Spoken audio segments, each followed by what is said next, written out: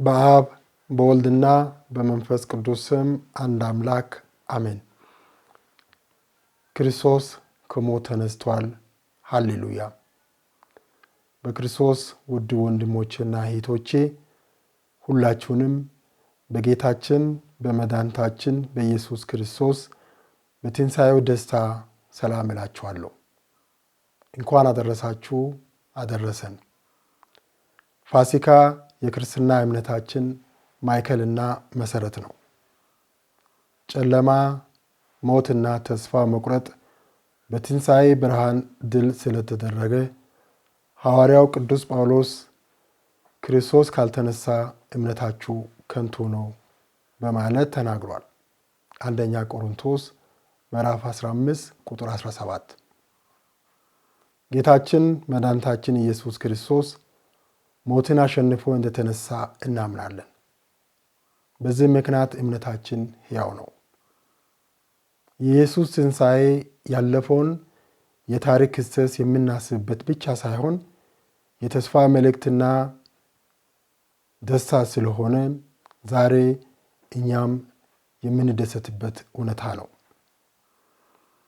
ብዙዎች ከፍርሃት ከስቃይና ከጥርጣሬ ጋር በሚታገሉበት ዓለም የኢየሱስ ክርስቶስ ትንሣኤ የእግዚአብሔር ፍቅር ከሁሉም ፈተናዎች እንደሚበልጥ ያስታውሰናል።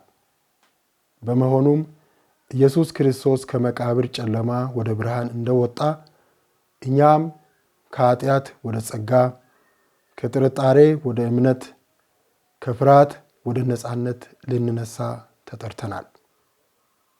የተስፋ ነጋዴያን በሚል መሪ ቃል ርዕሰ ሊቃነ ጳጳሳት ፍራንቺስኮስ ያወጁበትን ይህንን የኢዮቤልዩን ዓመት እየኖርን በምንገኝበት ፋሲካችን የሆነው ጌታችን መድኃኒታችን ኢየሱስ ክርስቶስ በመንፈስ ታድሰን የተልእኮአችንን ጥሪ በተስፋ እንድንቀጥል ይጋብዘናል። ደቀ መዛሙርቱ ክርስቶስ እንደተሰቀለ ባዩበት ጊዜ ሕልማቸው የተሰበረ መሰላቸው። ሆኖም በሦስተኛው ቀን ተስፋቸው እንደገና ተመለሰ። ከሞት በመነሳቱም ፍቅር ከጥላቻ፣ ምሕረት ከኃጢአት እንደሚበልጥ እና ሕይወት በሞት ድል እንደነሳ አረጋግጧል። ትንሣኤ ለሰው ልጆች ሁሉ የተስፋ ብርሃን ነውና በደስታና በምስጋና ደስ ይበለን። በሞት ላይ ባደረገው ድል ኢየሱስ የዘላለም ሕይወትን ተስፋ ሰጥቶናል። ስለሆነም በእርሱ ብርሃንና እውነት እንድንኖር ጠርቶናል። ለእኛ ሲል የከፈለውን ታላቅ መስዋዕትነትን እናስብ። ይህ ፍቅር በዙሪያችን ላለው ዓለም የእሱን የተስፋ የሰላም እና የፍቅር መልእክትን እንድናካፍል ያነሳሳል። ፋሲካ በእምነታችሁ የታደሰ ጥንካሬን፣ በልባችሁ ውስጥ ሰላምና በሕይወታችሁ የእርሱን መገኘት ጥልቅ ስሜት ያምጣላችሁ።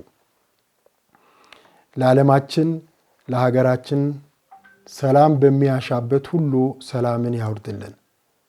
ከሞት የተነሳው ክርስቶስ መለያየት ባለበት ፈውስና አንድነትን ያምጣልን። አሜን።